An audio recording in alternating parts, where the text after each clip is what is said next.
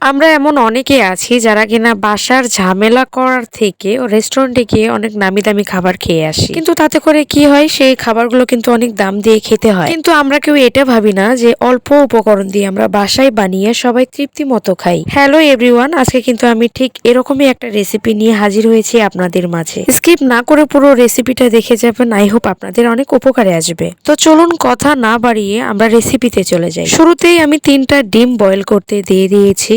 তো ডিমগুলো সিদ্ধ হতে থাকুক, এই ফাঁকে আমি চিকেনটাকে মেরিনেশন করে নিব। আর আপনারা দেখতে পাচ্ছেন চিকেনটাকে কিন্তু আমি ছোট ছোট কিউব করে কেটে নিয়েছি। তার মধ্যে রসুন আর আদা বাটা দিয়ে দিয়েছি, স্বাদ মতো লবণ, মরিচ গুঁড়া, গোলমরিচ গুঁড়া, সয়া সস দিয়ে ভালোভাবে মেরিনেশন করে আমি কিন্তু একটা সাইডে রেখে দিব। মিক্স করে নেওয়া হয়ে গেলে একটা সাইডে রেখে দিব। এখন আমি একটা সস বানাবো। তার জন্য একটা ম্যাগি মশলা দিলাম, এখানে রসুন কুচি দিব, তারপর কাঁচামরিচ কুচি দিয়ে দিব, তারপর দিব টমেটো সস, 1 চা চামচ দিয়ে দিব টমেটো কেচাপ, আর 2 চা চামচ দিয়ে দিব সয়া সস। কারণ সয়া সসের ফ্লেভারটা কিন্তু খুবই ভালো লাগে। সয়া সস না দিলে কিন্তু সসের যে একটা ফ্লেভার সেটা কিন্তু পরিপূর্ণ পাবেন না। এরপর আমি পরিমাণ মতো দিয়ে দিব লবণ, তারপর দিয়ে দিব গোলমরিচ গুঁড়া, এরপরে দিয়ে দিচ্ছি ভেজে নেওয়া সয়াবিন তেল। তেলের পরিমাণটা একটু বেশি দিতে হবে। এরপরে কিন্তু সবগুলো উপাদান নেড়েচেড়ে মিশিয়ে নিতে হবে। আর দেখতেই পাচ্ছেন গরম তেলটা দেওয়ার পর কিন্তু কি সুন্দর টকবক করে ফুটতে শুরু করেছে। এক পর্যায়ে কিন্তু এই সসের ফ্লেভারটা আমার কাছে খুব দারুণ এসেছিল। খুব বেশি কিছু কিন্তু লাগছে না আজকের এই রেসিপিতে, সিম্পল জিনিস দিয়ে কিন্তু হয়ে যাচ্ছে। আপনারা একদিন বাসায় হলো ট্রাই করবেন, আই হোপ গুড ট্রাই হবে আর খেতেও মজা লাগবে। ব্যাস, সসটা কিন্তু মিশিয়ে নেওয়া হয়ে গিয়েছে। এরপর আমি একটা সাইডে রেখে দিলাম, তারপর ফ্রাইং প্যানে তেল দিয়ে ওই যে মেরিনেশন করা চিকেন গুলোকে এখন সুন্দরভাবে ফ্রাই করে নিব।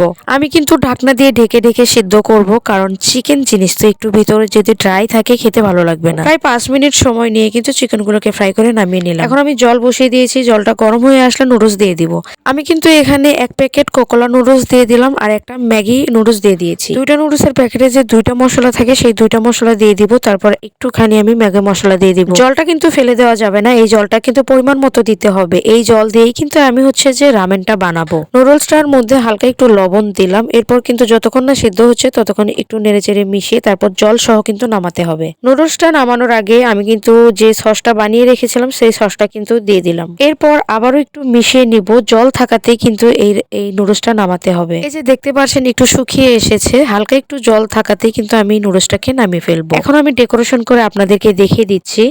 আমি কিন্তু 3টা বাটির জন্য 3টা ডিমই সেদ্ধ করে তারপর কিন্তু মাছ বরাবর কেটে নিয়েছি। এখন আমি একটা করে বাটির মধ্যে আমি একটা করে ডিম দিয়ে দিচ্ছি, আর যে চিকেন গুলো ফ্রাই করে তুলে রেখেছিলাম সেই চিকেন গুলো আমি একটা সাইডে করে দিয়ে দিচ্ছি। এরপরে আর একটু সুন্দর দেখানোর জন্য উপর দিয়ে আমি কিছু কাঁচামরিচ দিয়ে দিয়েছি আর টমেটো সস দিয়ে দিয়েছি। তো কেমন লাগলো আমার আজকের এই সিম্পল চিকেন রামেন রেসিপিটি? ভালো লেগে থাকলে লাইক কমেন্ট শেয়ার করে পাশেই থাকবেন। আমি আবারও ফিরবো নতুন কোনো রেসিপির আপডেট নিয়ে। সবাই ভালো থাকবেন। Thanks for watching.